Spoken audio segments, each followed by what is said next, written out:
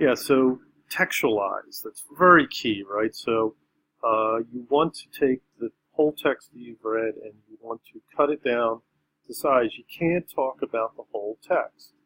Once you start talking about the whole text, you're covering the text, you're book reporting the text, you're summarizing it. That's what happens, okay?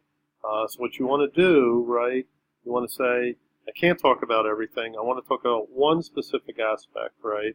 Let me locate in a few pages where this aspect is sort of best expressed or best demonstrated, and then analyze that. It's much easier and much more dynamic and robust and rigorous to analyze a small passage rather than 50 pages of a text or 300 pages of a novel or a book, okay?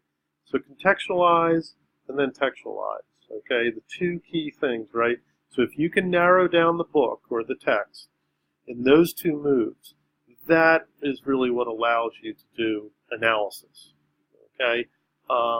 And so with those two moves, right, you're really setting yourself up to do something, to get into critical thinking. And if you don't do those two moves, that's what I've noticed, through the years is really the big problem with student writing and critical thinking, that you're not giving your chance. Students are not giving themselves the chance to do critical thinking because they're trying to cover too much. Okay, so cut down your coverage, narrow it down, and you'll be successful. Okay, and like I said, the rest of the things there you can read on your own, and then I'll do more work after we start to see some of your discussions in. So let's move to take a look at what you're going to be writing tonight. Discussion 1, the Chomsky-Foucault dialogue. So this is going to get us started. Okay, so I've given you the PDF here, right? Again, all PDFs are supplied by me through the course, so you don't have to get any texts unless you want to get them in physical form. The reading, pages 1 to 36, and then you want to do a 250-word critical citational response by the end of the evening.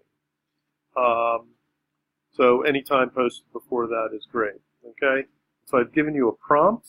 Isolate one of the following ideas. Just isolate one of these ideas, whichever floats your boat, strikes your fancy, okay?